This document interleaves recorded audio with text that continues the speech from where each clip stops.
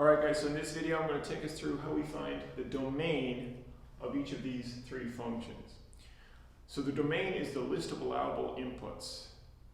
It is the list of values of x for which the function is defined. And so I'm asked to find the domain of each of these functions. F of x is equal to the square root of 1 minus x. F of x is equal to x over the square root of x minus 4. And finally, f of x is equal to the square root of negative x minus 2. Alright, so number one, f of x is equal to the square root of 1 minus x. In order to find the list of allowable inputs, it can be useful to ask myself, is there any values of x which I may not be allowed to put in? The answer here is because I have a square root sign, I can take the square root of a negative number. So that is to say that the quantity 1 minus x can never be negative. 0 is okay, positive is fine, but it cannot be negative. In other words, 1 minus x must be greater than or equal to 0. 1 minus x must be greater than or equal to 0. Solving this then, I have that 1 must be greater than or equal to x, adding x to both sides. And just reversing the order, I have that x is less than or equal to 1. And so, my answer is that I'm allowed to put in x values into this function as long as they are less than or equal to 1. In other words, my domain is all my numbers from negative infinity all the way up to and including 1. So I will write that as my domain is from negative infinity to 1. Here I'm going to put in a hard bracket. This tells me that 1 is included in the set of numbers. It is included in the domain. So from negative infinity to 1 is my answer. And that's my first question completed. Question number 2. Again, I have a square root sign. Only this time the square root sign is in the denominator. It's downstairs in my function.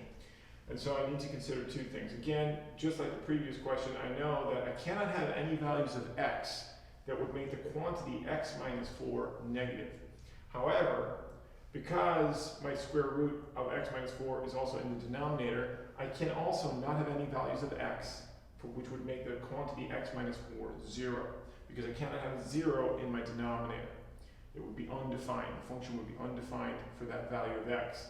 And so, my quantity x minus 4 cannot be negative because of the square root sign. It cannot be 0 because it's in the denominator of the function. And so in other words, x minus 4 must be positive. So the quantity x minus 4 must be greater than 0. X minus 4 must be greater than 0. Solving this then, I have that x must be greater than 4. Sorry that my marker is running out on me. My x values must be greater than 4.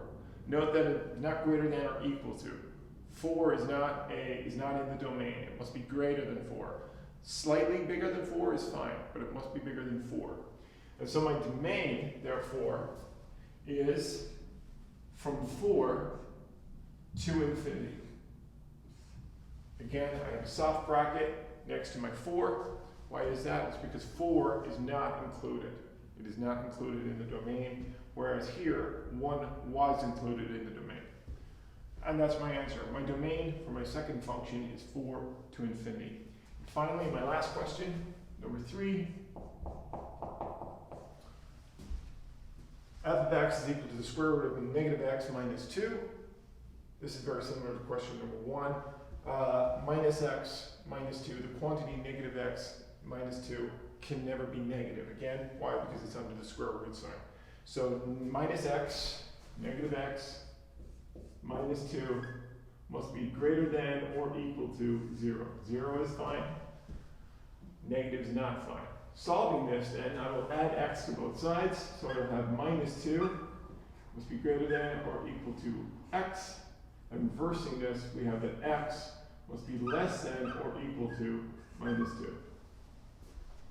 And that's my answer. So it is the set of numbers less than or equal to minus 2.